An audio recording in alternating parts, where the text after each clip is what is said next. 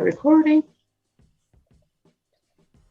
Hello, everyone. Welcome to Let the Ladies Speak. I am your one and only host, SG. And on tonight's episode of Let the Ladies Speak, I have some lovely guests because we are having a ladies' night, and the ladies and I are going to have a ladies' discussion.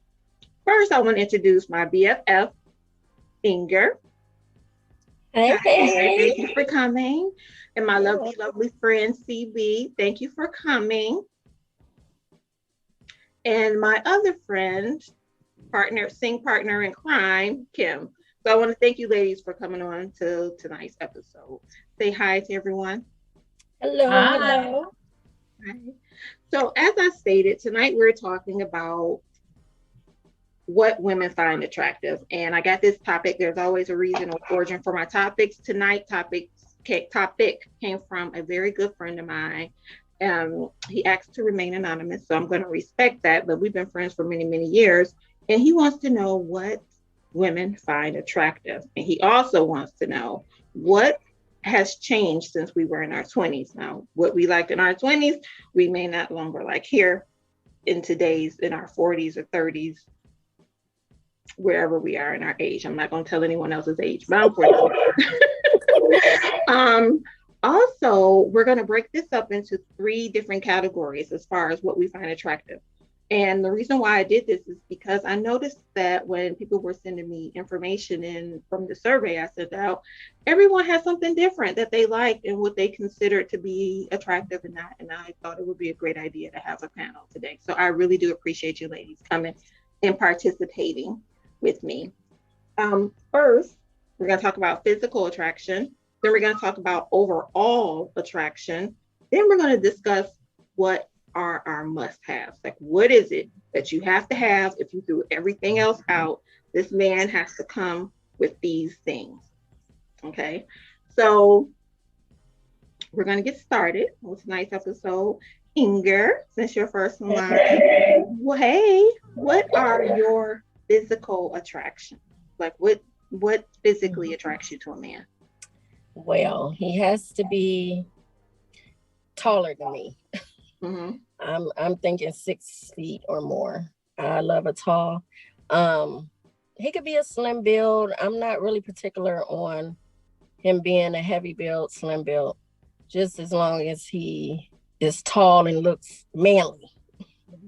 I do like dark skinned men.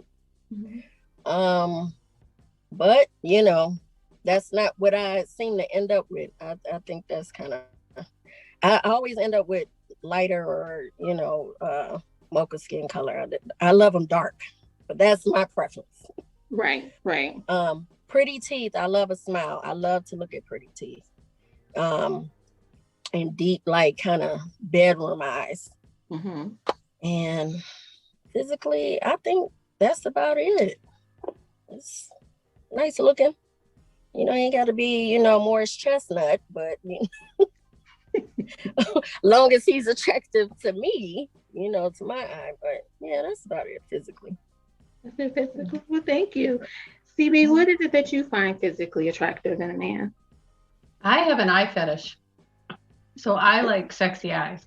I like when I see a guy, that's the first thing that attracts me to them is their eyes. Mm-hmm. So if they've got those nice, sexy bedroom eyes, I'm instantly like, I kind of miss everything else and have to go back and take a second look because I get drawn into the eyes. Mm-hmm. I do like a nice smile, a nice smile. I don't want missing teeth or anything like that happening. And tall, but not that much taller. I'm short. So, anybody 5'9" and above is okay for me. Too Right. tall, I start to feel like a shrimp next to, so that's too much. Mm-hmm. But build wise, regular build, medium, not crazy, not into the beer belly type looking guy, but you know, like more of a slimmer kind of guy. And as far as complexion, I like it all. I don't ever. I'm similar to Ingrid. I like it. Doesn't matter to me. But the men I always end up with are very light skinned men. Rare that I've ever really been with dark skin. That's odd. I hear a lot of women say they're really into dark skinned men, but dark skinned men isn't into their complexion. Like dark skinned men, we need to know what is your complexion preference because you have every gamut here. And I'm like, I Mhm. never, because I love me a dark skinned guy too. I've Mhm. never dated a guy darker than me. So That's crazy. I know, right? Yeah. Mhm. I mean, two guys out of all the guys I've ever dated were dark skinned, and that was always like my go-to first. But Hmm. Mhm. never would I ended up with in a long-term relationship. Yeah, Right. yeah. So when you say bedroom eyes, does it matter the eye color or just that? No, I mean, I like, it doesn't matter if they're dark brown, blue eyes, green eyes. I think it's the shape and the deep Mhm. of the way they look at you is what my Mhm. attraction is. Um, I've, dated guys with dark eyes, light eyes. So not really a preference on the color, just that deep, sexy, saturating look that they can give you with those, only certain guys have Mhm. them. Yep. That's That is true. very true. That is very true. I'm with Mhm. you there. Kim, Mhm. what do you find physically attractive in a man? What I find physically attractive, and these are just my preferences, Hmm. just like the other ladies. I have dated a gamut of individuals, and most of the times, you once I tell you, one guy actually fit the actual bill. So I generally like them tall. Most of them are 6 feet tall or more. I like a chocolate skinned male. So, when we were children, they used to call it blue black. I love that deep, dark Mhm. chocolate with the bright white teeth. Grooming has to be on point. Smell and pheromones are everything. So I Hmm. love that. But out of all of the people that I have dated, there is only one male, and that was really, really young, who was an actual chocolate, deep, dark, chocolate skinned male. And it is just a preference. I really date and deal with people who actually love me. So Right. if that's a light skinned man, it's a light skinned man. If it's a, nice caramel skin, whatever. Yeah. And Mhm. before anyone gets in the comments, or because this is going on YouTube, and get into the colorist thing, this isn't a colorist thing. This isn't us Right. against our color. We're all Black women. We all love our Black men, no matter the shade. But just like you like big boobs or big breasts or thick thighs, we have a preference. So if we're saying we like darker guys, that's just what we're saying.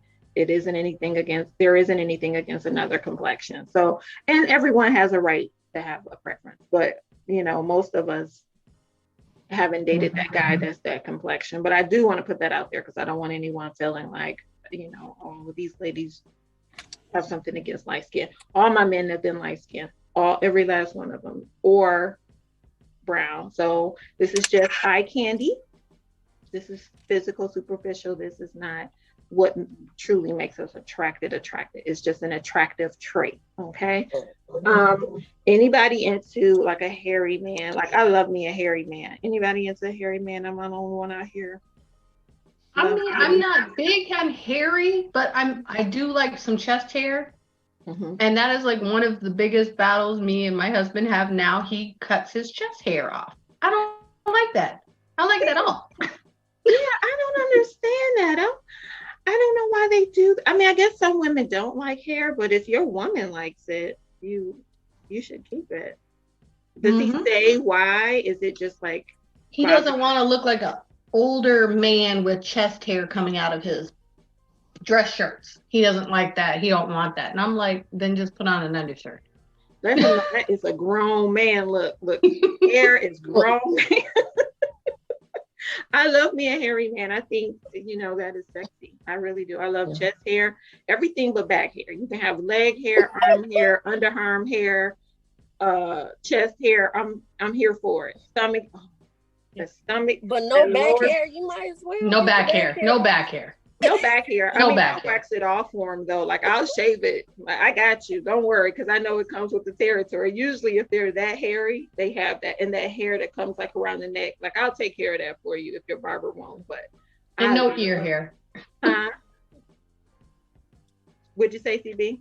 No ear hair. No hair coming all up Oh the ears. yes. Yeah, No. No. No no ma'am. hair No. coming out your ears or your nose. Like, let's groom that. But Yeah. we all like well-groomed men, so they don't Mhm. handle those things. But I really do love me a man with chest Mhm. hair and leg hair and Yeah. hair in his region. I don't groom it, yes, but I don't want a ball region. I feel Right. I feel awkward. I need something there to let me know you've been through puberty. Okay. That's just how I think manscaping has gotten out of control. it has. Like, okay, we've all been through puberty here, right? Mhm. Right. So I agree. I also have a thing about I'm with you ladies with the tall. I like a tall guy. I like a nice smile. I love a beautiful smile, and beautiful eyes. I like CB have a fetish, and mine is feet. I love a man with nice feet. I know I said that earlier, but I cannot deal with a guy with bad hands or feet. And I'm not talking about you work and it's like because you work, but if a guy takes off his shoes and he has like bunions and coins and like toes crossed on top of each other, I can't. I'm not gonna be able. I can't do it. It's just not my ministry right there. I need nice. I'm big into nice feet. So, Mm, mm, mm, mm. Nice feet. does anyone have anything else to add about physical attraction? No. No. I do like a man in a suit. Yes. Yes. Yes. That's excellent.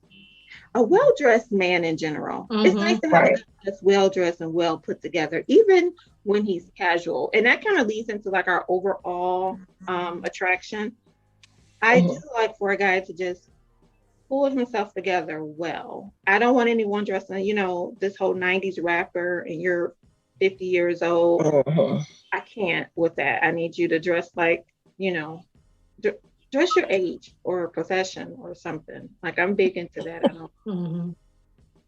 Anyone This, else? Kim, what is This, one? this Talk about some of your overall attractions to men. my overall attractions Mm-hmm. are those things that those are the things that grab and just pull me in, for most guys. So it is generally, his confidence level of intelligence, um, the way, if, it takes a while, but to know how, and his desire to provide, the way he cares and nurtures. You can tell a lot by a man by the way he cares and nurtures for, the people around him, the people that work under him, things of that nature, personal relationships with family members, the way he communicates to others Mm-hmm. about the relationship that he's currently in, the one that he just left, Mm-hmm. says a great deal.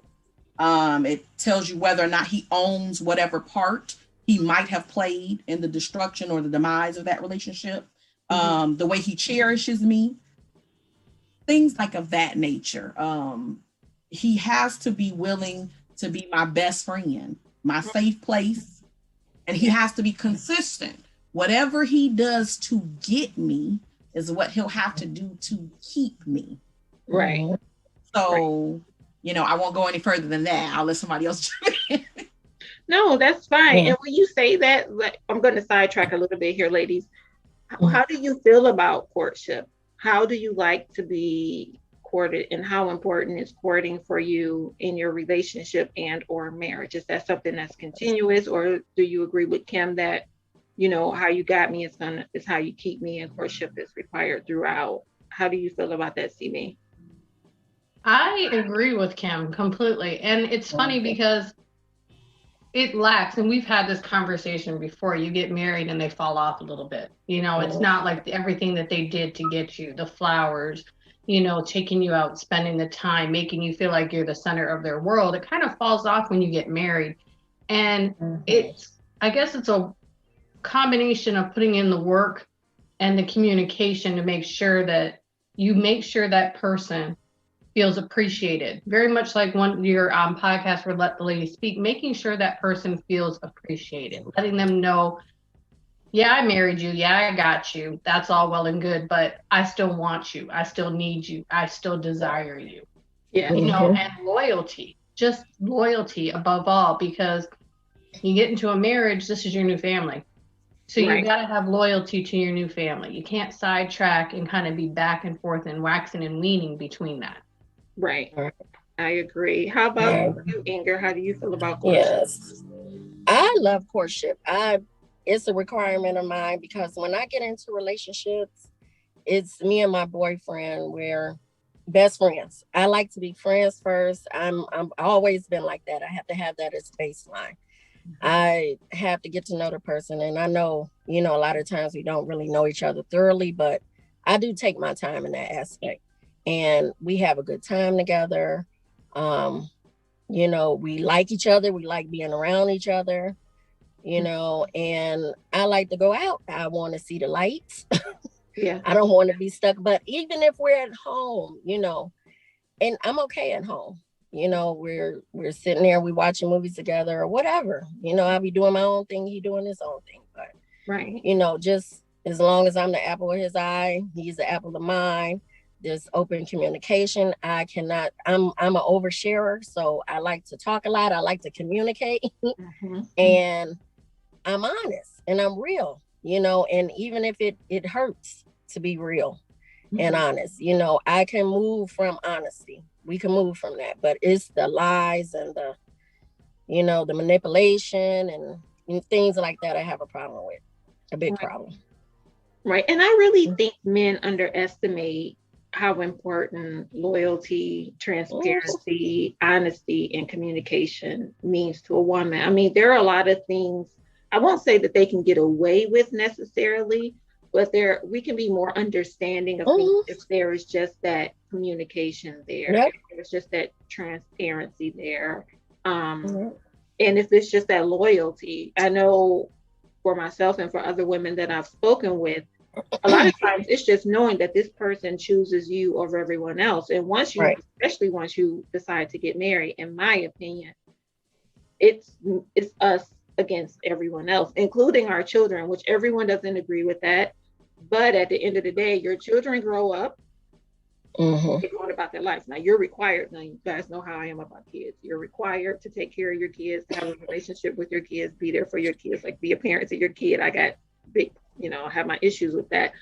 But you and your partner should still have a relationship that's separate from you and your kids. And you guys have to plan for when your children are no longer in the household and they have children of their own and relationships of their own.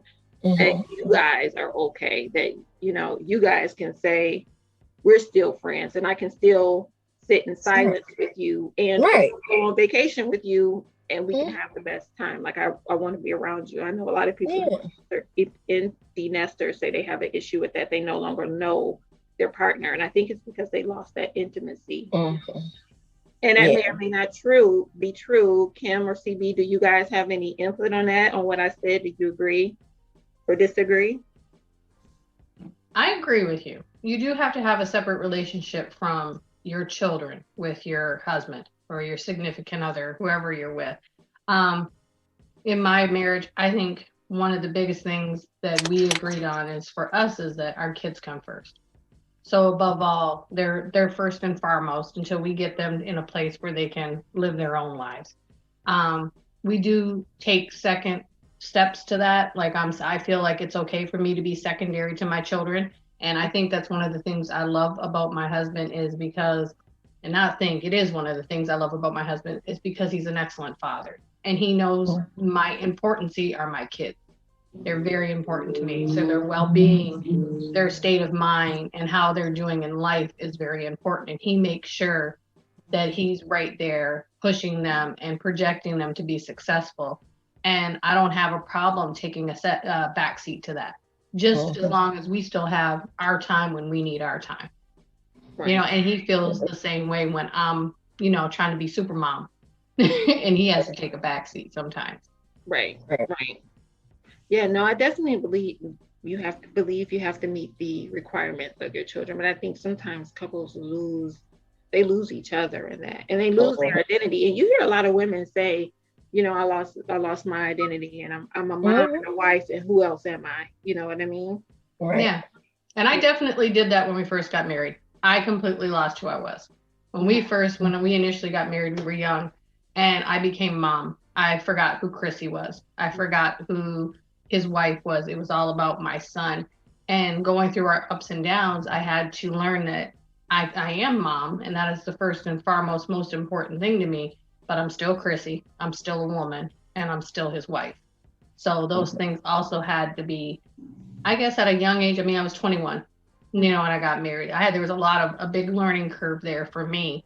And I grew up with a single mom who was my everything, So I had to learn how to kind of be that everything at the same time and not just mom. Right. Right. And again, we can't pour into anyone what we no longer have, So once we lose ourselves and we've given all of ourselves to everyone else, how do you continue to pour in an effective manner to your other relationships? And I've seen, that happen in my family. And I've had that happen in a relationship as well, where I gave everything. And that was new for me because that is not what I do. But for once in my life, I was deciding to put myself out there, and it kind of went too far. And digging Sonya up out of that grave was a tough battle. And baby, she's never going back. She will never. Right. I will always keep my identity. What about you, Miss Kim? Do you agree, disagree what I said about what I said? I to a degree I agree. Again, my vision, more aligns with CB.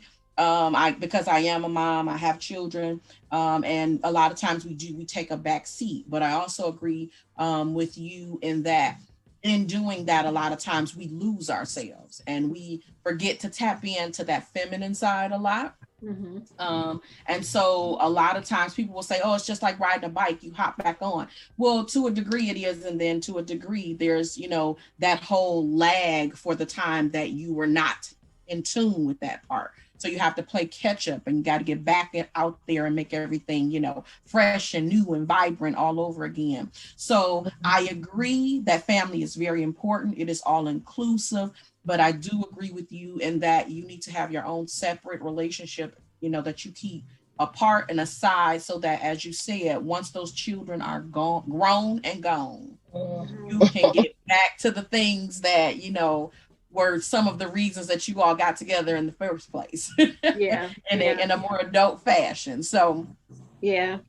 And yourself. Like, it's hard to be in a relationship with someone else and expecting that person to meet the needs of you when you no longer know your needs. Because things change, right? What we like once upon a time, we may not like anymore. What turns you on in this moment may not turn you on anymore. I don't have children, so I can't speak to this. I know we're getting off topic, but that's okay. But I've heard women say that after they've had babies, that drive changes, and what turns them on sexually. So Ingrid, that was your experience. That was my experience, and I'm very me. I'm free. I'm active. I love it. I love intimacy. I love being active when I'm in a relationship. But I'm gonna tell you, I lost it. I thought I panicked so bad because I'm like, I have no desire. I mean, it was like after I had that baby, it stripped everything away. And he was trying, like, every day he would ask, and I'm like, they go by and I'm like, really? I'm sitting here just fat and just disgusted, and you still want to do something, you still want to have sex, huh? But it was during the whole pregnancy and after, maybe I think a couple of months after. It took me that long to get it back. And it was very new for me, but it was the postpartum I was going through. So I think all that, and just me have to balance my body getting back in tune, and me having to balance everything. Then I was back to myself. Right. But yeah, it definitely it was weird for me. Did you other ladies have that experience? Kim or CB, did you have that experience where you lost your sex drive after children? No, I was the total opposite.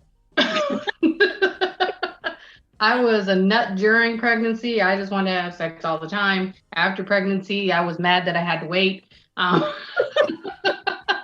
It was just like, how long? What do you mean 6 weeks? What? Yeah, like, why? So but for it didn't take a turn, and we just talked about this recently. It didn't take a turn for me until I started going through menopause. And that has been a struggle for me, because my drive has gone from 3-4 times a day if you want to Yeah, okay. Right. Like if you're feeling that way, what about you, Kim? What's been your experience? My experience was I was in overdrive during pregnancy. So he was actually, my husband was running and trying to hide from me. So it was, praying to go to work so that he could get some rest. So, so during pregnancy, I was in overdrive. And then after pregnancy, for a very substantial period of time, my drive was gone. I was so focused on this new baby and trying to do it right and get it right and be the super mom that CB spoke about earlier and all those other things. And it wasn't until my then husband came to me and was like, like this is really affecting me. Like, what is going on? That I had to sit back, and I did not have postpartum at all. So I had to deal with the fact that I had literally put him aside to try to become this new super mom, and that it was affecting him personally on a personal level. Yeah. And put it together. And that was hard to hear, because when you're trying to be super mom and you think you're doing this wonderful job, for them to come in and go, hey, you're failing on a major component. Remember me? So it's one of those things. So yes, I did have that problem, but it was not due to postpartum. I don't know if it was, just a hormonal shift change, or if it was just the fact that I was so super focused on trying to be this new super mom that I just lost sight of it. Right. And two, as we all know, stress sometimes can impact your sex drive. So the stress of being a new mom and a lifestyle change can cause you not to have a high sex drive. I know, a lot of people can't function. If they're under stress, they cannot function. There are some men who actually cannot get an erection related to stress. You know what I mean? Just like we won't lubricate well if we're not, if we're under a lot of stress and tension. For some people, and then some people it's an escape. It depends on what your coping mechanism is, that plays a big part in it of it too. Um, when you talk about this new lifestyle, I think another thing that gets lost is one of men's biggest fears is that once they get married and or have children, everything is going to change. And I think that fear kicks in for them too. They're realizing that there is a change. And like you ladies said, the focus is no longer just on them. And they think things are supposed to be the way that they used to be before the baby, just with the baby included. And I don't think they really understand the hormonal shift, the responsibility, the stress, everything that just comes with being a new mom and just having your whole body, like your body is literally taken over by a human, and you have to nourish this baby. Afterwards, you have to heal and try to continue life, especially if you work and things like that, Right. So, but thank you, ladies, for sharing. Um, Going back to our topic for tonight, let's talk about sense of humor. How important is a sense of humor in your attraction to a male? Very important. Very important for me. Mm-hmm. Like I said, I'm a free spirit. I like just confident men, men who can take a joke, Yes. who can know the difference, know when to walk away, when to make a joke out of it, not too quick to anger. I think I got that sewn up enough for anybody I'm in a relationship with. So he needs to be low key and relaxed like me. But I love to laugh. I mean, I always have. And it's just it for me, it what am I trying to say? I need him to have a sense of humor. I cannot stand a dry, just cut and dry kind of guy.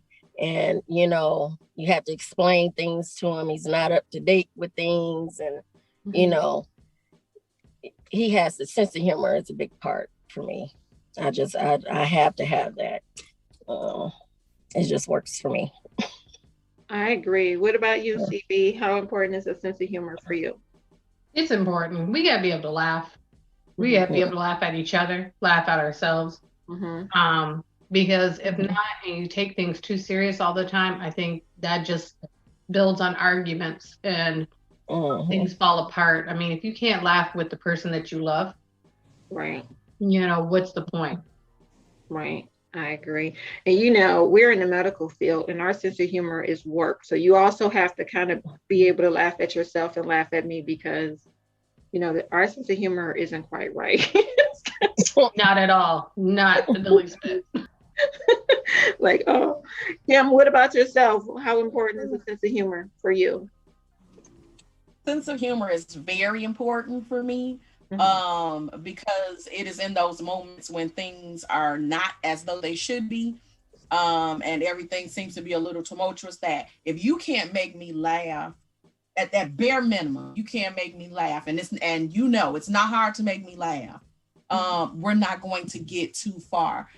But I will say, with that being said, I have plenty of male friends who now have daughters, and their major concern is that a lot of the women, in our group, have been swept off their feet by the funny guy, the class clown. And they're like, I don't want my daughter to be swept away by the class clown just because he's funny or he can make her laugh. So it's so important to us that a lot of times, some people will actually forego other personality traits or things that they deemed important, because we know that a lot of times it is in those dark moments, the times when nothing is going right and nothing seems to fall into place or show up when it should be, that if he can make you laugh and comfort you, it means the world. Yeah. Yeah. And I think a sense of humor is different from a person who deflects with humor. You know what I mean? Some people just deflect with humor and everything is made into a joke because they don't know what to say, they don't know how to cope, they don't know how to deal, and this is how they deal, versus someone that has a sense of humor and doesn't take themselves or life too seriously all the time. Like, that's a huge turn off in my opinion. If you can't laugh at life or yourself, or if you're always so stoic and you guys know me, like I joke all the time. I couldn't deal with someone who just would not will not joke, will not let their guard down. But I couldn't deal with anyone who was basically, like you said, Kim, a class clown either. I need you to want to be serious and how to have a conversation when conversations are need to be had, Yes. A balance, good balance. A good balance, absolutely. Sure. How about adventure? Do you guys need an adventurous man or do you need an adventurous man or somebody who's a little more laid back? Like, is it okay if he comes in one day and say, okay, we're going on vacation, or we're going skydiving, or whatever? How do you ladies feel about that? How do you feel about that, CB? Yeah, I'm not going skydiving. It's not happening. Right. That's why I draw the line. Yeah, I'm not. I'm gonna be honest. I love a good vacation, but I'm not like the overly adventurous type. When we go on vacation and they go out scuba diving and snorkeling, it's not me. I'm on the boat waving, talking about, okay, now if I see a shark, I'm gonna yell, you got to get out the water. And I'm not. I'm not very adventurous. I like to be on the beach with double fisted and comfortable in the sun. And there's nothing wrong with that. And I looking at the scenery. There's nothing wrong with that, especially at this age. You get worried. I used to ski, and then once I got older, I stopped because I'm like, I'm gonna hurt myself, and then I can't work. It's so funny how your mind changes. What and about I don't like you? heights. You don't like heights? I don't like heights, so none of that works for me.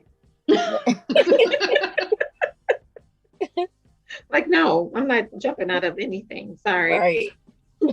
What about you, Inger? How do you like a I love it. I can do either or. I like the calm homebody.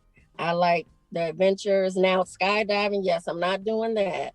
And I do roller coasters and things, but I'm not going too high. I don't even know about the zip line. But I know that if he say, come on, let's go on an adventure, I'm always game. Like, I'm down for whatever. I'm the person you take on vacation. We're going to have a good time, because I just love to create memories, live life. So whatever he planned to do, except for the skydiving and the zip lining, I'm down for. I'll go ahead and do the scuba diving. I'll ski. We done went skiing before. Yes, we back have. in the day. But I'm either or. I can go either way. Whatever is fun and to get my mind off, because the stress levels. And I just really try. I love to be with somebody who can help me get them down. We keep it down for each other. So, mini vacation, a quick trip to another city, I'm here for it. That's great. How about you, Kim? Are you down for an adventurous man? I am down for an adventurous man. But the funny thing is, for some reason in all of my relationships, if he starts out the adventurous one and I'm the calm one, we flip-flop. I'll end up adventurous and he ends up the homebody. So we're that great balance to each other. And sometimes we'll flip-flop back and forth 3 or 4 times. But as long as we have that balance, we're good. Okay. Yeah. All right. Now let's talk about arts and music. If anyone knows me, I love me some music. I have a song for every phrase. I'm gonna get us on a word association. So someday, I promise. Is that important to you guys or no? Do you care if he likes music or no? For me, it's here nor there. You just can't bother my music. So what do you ladies think? Kim, I'm gonna start with you this time. What do you think? Is the music important to you? Or art of any sort? I absolutely love music. So I'm more on the music end than the artistic end. Again, he doesn't have to love music as much as I do, but he has to have a great appreciation for it, because as you know, not only do I, love singing and listening to music, I love dancing. It's just music is a part of my world. So It's a part of my everyday life. So, and we do the song association all the time. So, it's imperative that I even love it when they sing to me. So, just in case. I want him to be able to sing though, baby. Come on now, let's get that. You gotta be able to sing. So, but I love it. So, yes, it's not a must have, because I can get you to love it, but it's very important to me. If not, it's going to be a hard line for him to toe with me in music all the time. Right. Now, you mentioned it, so I have to talk about it. What if he can't dance? Like, I'm a dancer. What if he can't dance? I mean, 2 left foot, not 2 left feet. Can't dance. Listen, I have taught over 80% how to dance, and they all came to me with 2 left feet. Baby, when you leave, you're going to be so smooth. It's ridiculous. Okay, I haven't had that. And for me, dancing is telling, so I love to dance. Dancing is telling. If you can't lead me in a dance, and we're going to talk about leadership next, if you can't lead me in a dance, I have concerns. And don't get me wrong, I do understand that some people just can't dance. Some people do have, lack of rhythm, or they have 2 left feet. Like, I completely understand that. But if you are a person who can, but you just can't lead me in dance, it's a turn off for me, actually. And especially if you're not willing to learn, because then again, that speaks volumes about other things. Like, that means you're not going to be willing to learn anything at any time, in my opinion. So anybody else has to have a dancer. Don't care if he's a dancer. It doesn't matter to you. What about you, CB? You don't have to dance. My husband has no rhythm. None whatsoever. He thinks he does, but no, you don't have to be a dancer. You got to enjoy it, do what you do, but because I love to dance. And I love music. When I clean, music's on. When I'm in my car, music's on. When I'm in my office working, music's on. So, and I love music, and I love my playlist. And I'm one of those people that hears songs, and it becomes the story of my life. Yes. You know, for that Yeah. song where that man's screeching out, you know, confessing his love, and that's, oh yeah, that's for me. You know, that's Yeah. music for me. It talks to me. Hmm. So we don't have to like the same music, but you have to like music, and you got to be able to be willing to jump in behind me and dance with me while I'm running around the kitchen dancing and cleaning, or you know, just to have fun with it. If you just laid back kind of sitting there watching, that's not attractive to me. That's a turn off. Yeah, I would agree. How about you, Ingrid? Mhm. Um, I would prefer if he was into music the way I am, and dance. I've had a mixture. I've had great dancers, and we were great on the dance floor. I've had some that couldn't dance, but as long as he has some rhythm, so if he can two step behind me or just move with me while I'm swaying my hips, and we're good. Okay. Um, so he doesn't necessarily have to be, Chris Brown out there, but as long as he can follow, Hmm. and and jump on in. As far as the music, I agree with CB about, if you don't have the same taste of music, okay, you appreciate music, Hmm. and maybe I can learn about your, genre of music, and you do the same. But I love a person who appreciates the arts. I love a guy who has an eye for the arts, because I'm all about the arts, the dance, the paintings, the going to the museums, things like that, going outside, looking at nature. I love it all. So if he Yeah, can do that, yeah, we'd be great. We'll rock on together. I know that's right.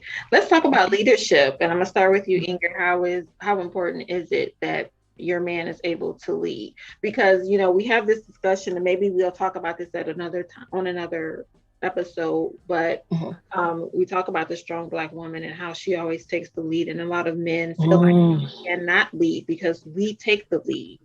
Um, Yep. and so, how important is it to you that your man is able to lead?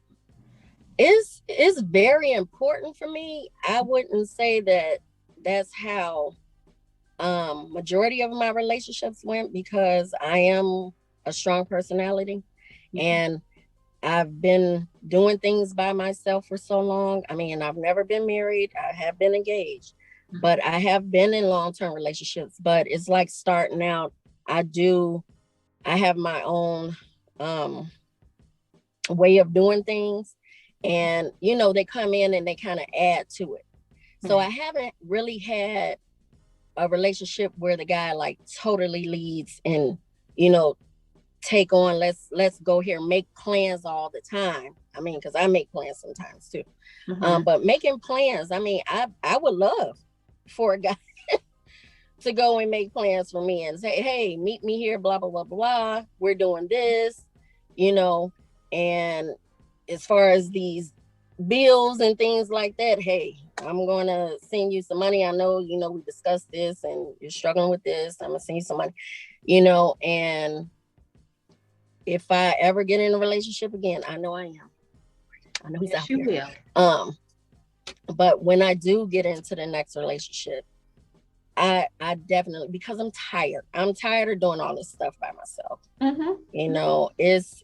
I'm strong all day. I gotta clock into work, do that, and go home. And I need that shoulder. I need that man who's going to take a little bit off of me. And once he take that off of me, I'll be able to take some things off of him. I mean, it's give or take. But I need a leader at this point in my life. Right. That's what I need. Yes. Yes, ma'am. All right. I'm with you. Okay. So I'm going to segue into something real quickly. Because, and we've talked about this before, actually, every lady on this panel today, we've had this discussion in one way or Mhm. another. And I've talked about it in the Independent Woman series as well. Yes, we are all seeking leaders. And yes, we are tired. Men, you may not know this, but the warrior woman, the independent, strong woman is tired. But Mhm. something has to be created. So, Inger, my question to you is, what would he have to look like, or what kind of environment would he have to offer you for Mhm. you to feel safe enough to kind of put your cape down? Down, yeah. Well, he has to have his own home, own his own home. Um, career, you know. Don't care if he have kids or not. That's not my concern. But I need him to have more than me, you know. I don't want to bring um what I bring to the table, you know, is mine, but it will be extra same as him. But I don't want to take care of a man, not that I ever had to, but I I don't want that. I don't want to feel like, you know, I have to help you pay the bills. Um Help you find yourself and get yourself together. No. You have your home, you have your career, um you have your own persona, you know who you are, you're confident in who you are, you know what you need to do. I come home from work, kick my shoes off, you give me my foot massage, rub me on my back, we talk about each other day. But he definitely, no women, all that extra entertaining women, no. I want him to be mine. Yeah. Yeah. Yeah. Yeah. Okay. Yeah. BB. Which question you want me to answer? Both of them, please, ma'am. As far as leadership goes, I come from, like I told you, my mom, she was the leader. She ran our household.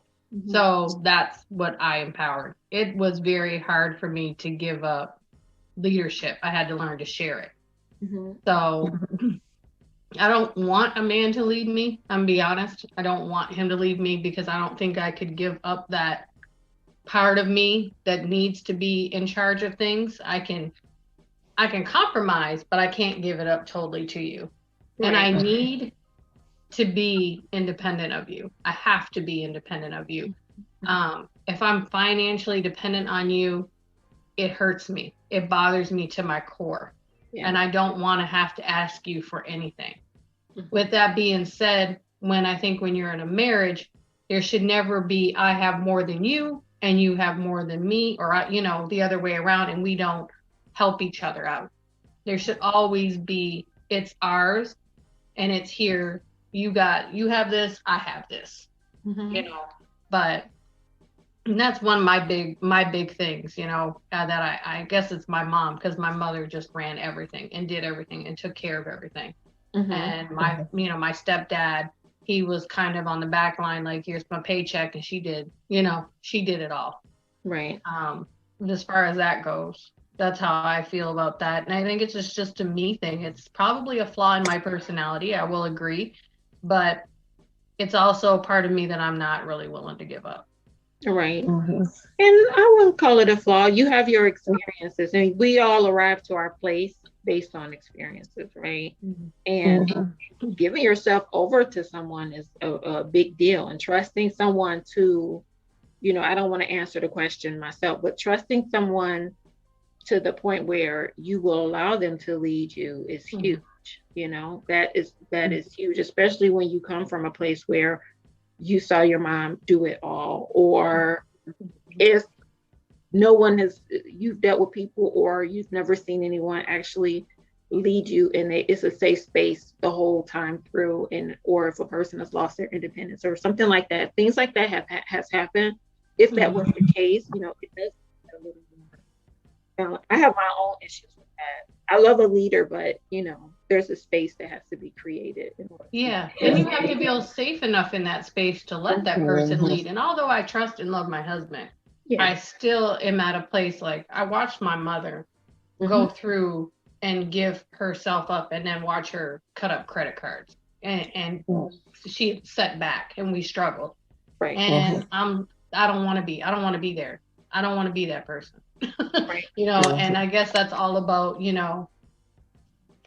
finding that safe place within yourself, but also being vulnerable enough to give it up. And I just, in all these years, me and my husband have been together for 28 years now, and I still can't give that up yet.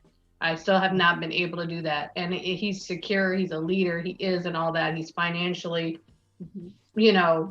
wonderful to us. We have everything we want, everything we need, and he makes sure of that. But I still am not there where I can just say, okay, take it all, and I will, I trust that you will take care of it all. I still got to be like, I got to have this amount of money in my account because if something happens, I'm good.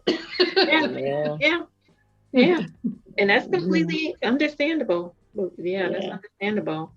Kim, how about you? So for me, leadership is paramount. He has to be a leader, but my situation is a little different because when we talk about leadership, we talk about those strengths, and depending on the person on the other side of the table from you, those strengths are going to be different things. So in each and every different relationship that I was in, the role that they played as a leader was totally different. They get to pick their lane, and as well as I pick my lane. So in one relationship, my lane may have included financing. In the other relationship, it may have been a 50-50 with finances. And then in a third one, I had nothing to do with the finances at all. So it's totally different leadership in each and every relationship. I didn't really struggle as CB did with relinquishing whatever that lane was for that person, because generally once I picked that mate, their leadership qualities came through like none other. And I had full faith in the fact that they would be great leaders in the lane that they picked. So leadership is a must for me. In order for me, to put that cape down though, because, I have done a great deal of time single.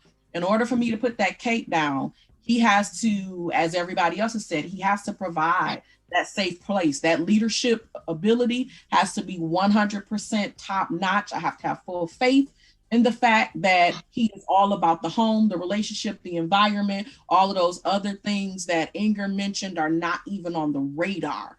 They're not even up for discussion. So it's those type of things. A lot of times my major concern is that, for some women, they've been single and out there so long by themselves, as we said on this panel, that when we do get into relationships, we don't want to relinquish some of the power. And I think that's where a lot of men tend to struggle. As some wise person once said to me, they don't know their place. They don't know how they fit in. They don't know what their lane is. So they start to backpedal. They start to go the other way because they appreciate, the female that has the please come save me type attitude. It's an easy person. Yes. Yeah. She's going to depend on 100%. I know exactly where I'm supposed to be. I know exactly what I need to do. And we get branded the difficult, independent woman attitude. Right. Yeah. Okay, so you guys know I always play devil's advocate. What a shocker. Right, Gemini. It is the true Gemini in me. And I do agree. Okay, so leadership is important. What that looks like to every person is different. Just based on what everyone has said here, it is different. For me, I can't relinquish all of my the control over my money. I can't not work like I must work. I have to have my own identity. But I would like to know that if something is happening, you can provide structure for our relationship in our home. You've set boundaries for people outside of our relationship.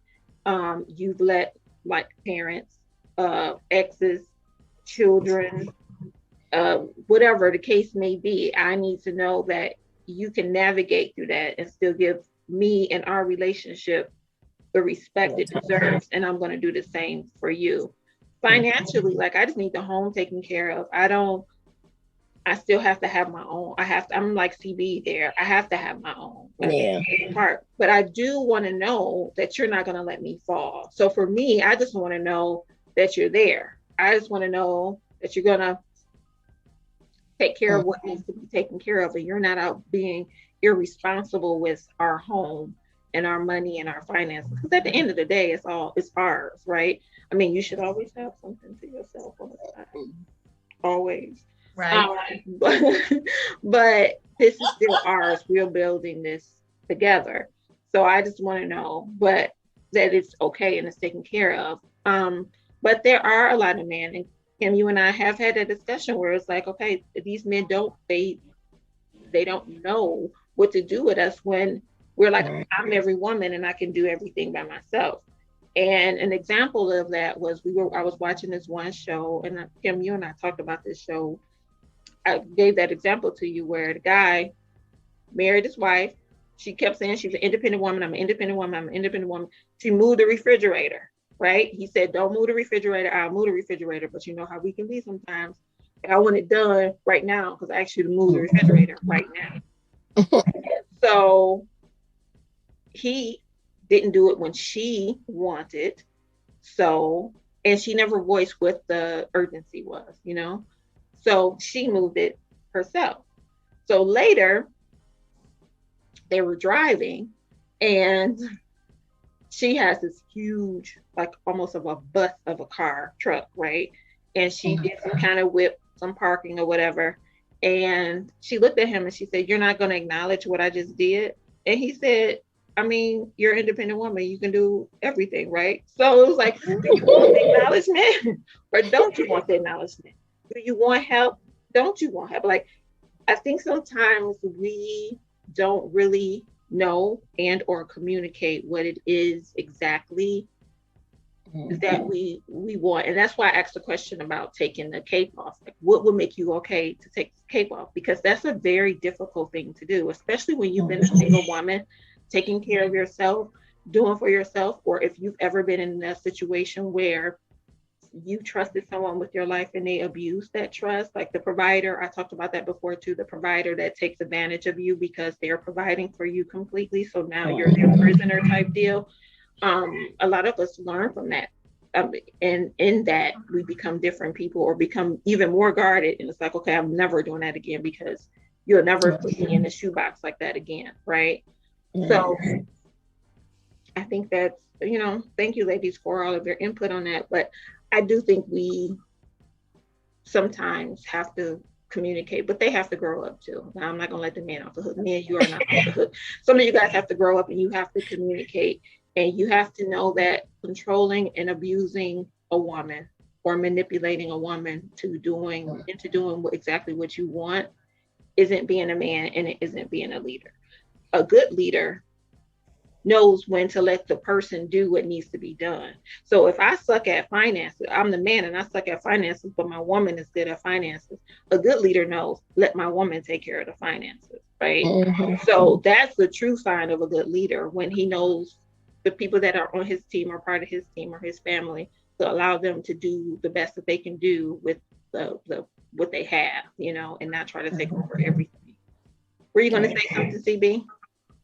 No, I totally agree. I totally 100%. All right, so we're gonna go on to, I have other things here, but I don't want to run out of time. So the next topic is our non-negotiables. If we throw everything else out the window, what are your non-negotiables? Okay. Go ahead. Go ahead. Is physical abuse. I'm not good with the hitting, the fighting. It might be a heated argument here and there, but the hands is where I draw the line. I won't. I know how to say bye, and it doesn't take a lot for me with that. But other than that, like I said, I'm a pretty open person. I understand that everybody has issues. A lot of people come with issues, and we can talk those through. And I understand he understands mine, and we grow from that and move forward from that. But the hitting, no, that's it for me. That's your non-negotiable. That's it. That's it. Yeah. Okay. CB, non-negotiable.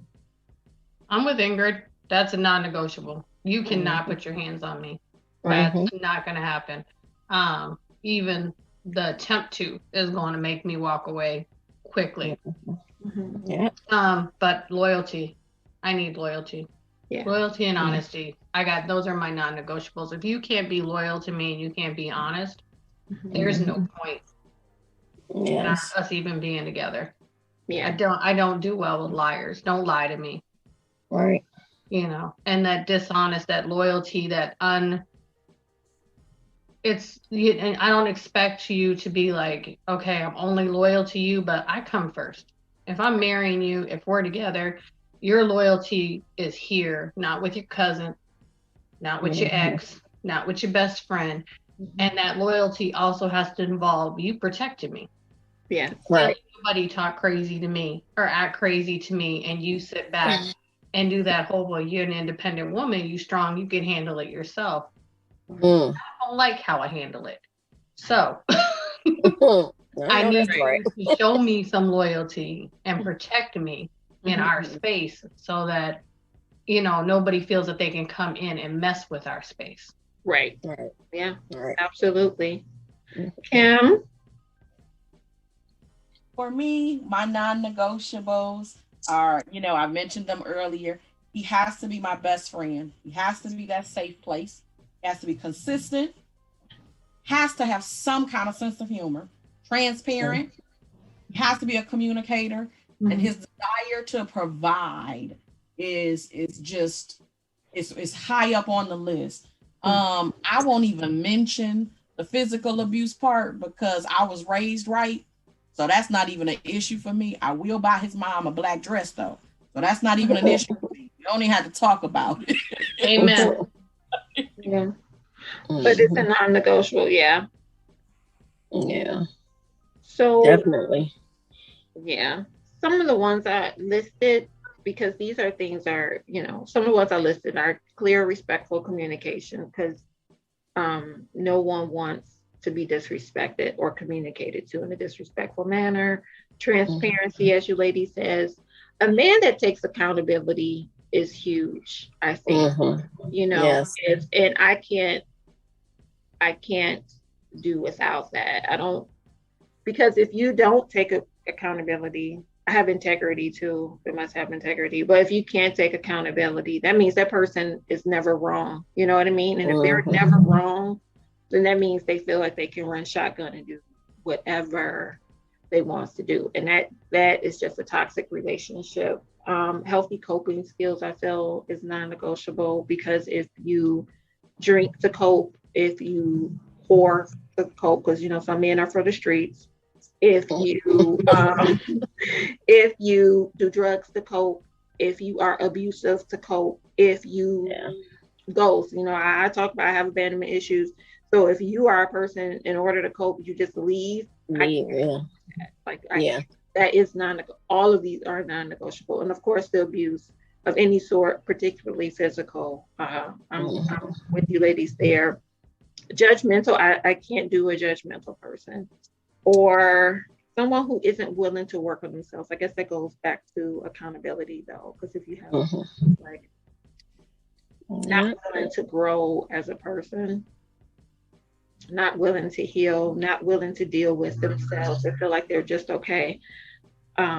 It makes it hard for you guys to move forward, because if you think about relationships, if you think about yourself, who you are when you were 20 versus 30 versus 40, again, that all changes. And if we can't communicate, and if no one is willing to get help, and no one is willing to heal, and no one is willing to talk about it, where really are you going to be? How can you have a healthy, and how can you have a healthy relationship? You know what I mean? So does anyone have anything else to add or anything else they want to say? Oh, I can't deal with a condescending man. Me either. Oh yeah. No. Yeah. Not at all. That's like mouth to get you in trouble with me, because that is yes. No, I don't like a condescending man either. That's so disrespectful to me, in my opinion. Yes, anything else? No. So one last question, and that question is, how has things changed as far as what you're attracted to from your 20s till now? Well, 20s was them wild years, I'll tell you that. Ooh, I'm sitting over here reminiscing now. Like, wait a minute. Yeah, it was wild. I'm very calm now. I'm very choosy now. And just being out here trying to date now is so different. So I find myself just kind of, I have my male friends and I talk to them, and that's it. I don't even, right now, I'm just trying to really, well, I am focusing on myself and getting things in line, aligned, so I can move forward with my life and get myself in a better mental state, a healthy state. So I'm now, I don't have a desire for men right now. And not that I'm into women, but it's the man. I can take it or leave it right now at this point today. That's where I'm at. These dates I've been on these last couple of months, I mean, it was ridiculous, crazy. And it just really turned me off. So, I'm just moving forward with my life. The men, I don't even, I can't right now. Yeah. We'll have to come back and talk about dating in current times, because that's a whole 2-hour topic right there. Yes. It's crazy out here. It is. Kim, how about you? Well, for me, I can't say that much has changed from my 20s to now. The same criteria that I had then is pretty much the same criteria that I have now. I will agree with Ingrid. Like, I have, as I mentioned earlier, I have been out of the dating scene for a minute. And so I am just currently sticking my toe back in the game. Good luck, girl. I didn't think they could tear the game up this fast. They done tore the whole game up. I don't know what's going on. I'm trying to tell you, it's terrible out here. It is horrible. I don't, I don't know who came out with the song Netflix and Chill or whatever, but I don't understand. I think people think they meet you, say hello, and then they Netflix and chilling. I don't know what's going on. Yeah. So when you do that date series, please talk about Netflix and chill. That's not a grown thing. We don't come out the gate doing that. Please understand. I will. And if you want to come back and give your 2 cents on it, please do. Because it's a lot, yeah. It's a lot. How about you, CB? Well, like I said earlier, I married young, so my 20s were short-lived. But I will speak on what I thought in my 20s was sexy and attractive to now. In my 20s, I thought that rugged 50 Cent, that was sexy. That gruff, that kind of that hood swag was sexy. Now, not so much. Now, I like the professional man. I like the nicely dressed, well-groomed, has their own, can do their own, can provide. I like that look now, and that the hip hop doesn't do it for me anymore. I like the music, but I'm not attracted to the presence. In the words of Eminem, the hip isn't hopping anymore. Okay. Right. I agree with you. Now, I have to say, because I grew up how I grew up, I never went through the bad boy phase, but I love me a nerd. I still love me a nerd. I mean, Inhaler, you remember, Inger, no, Inhaler, like, I love me a nerd. And people sleep on nerds. Let me tell you, but that's have what imaginations. They have it. Yes, they do. They're willing to learn. And they are willing to learn. They will take you apart like an Atari, honey. They're gonna try to figure it out. Like they don't sleep on the nerds. I love me. You like Dungeons and Dragons? Okay, come here. Come here. Yeah. But the problem is sometimes with the quote unquote nerd is that they've been teased, and then things like that. And sometimes when they get older, they have issues with that. Like, they finally made it. So there is a fine line. I have had issues with dating, quote unquote nerds, but I do like me a nerdy guy. I really do. I find it to be so sexy because I love someone who can teach me something. And I saying that the quote unquote roughnecks can't because there are actually a lot of good, great guys that are quote unquote roughnecks. But I saw that growing up, and I grew up with it in my household, and I just wanted something different growing up, for myself. But me and a nerd, honey, give me that inhaler and The glass. I'm talking about his inhaler.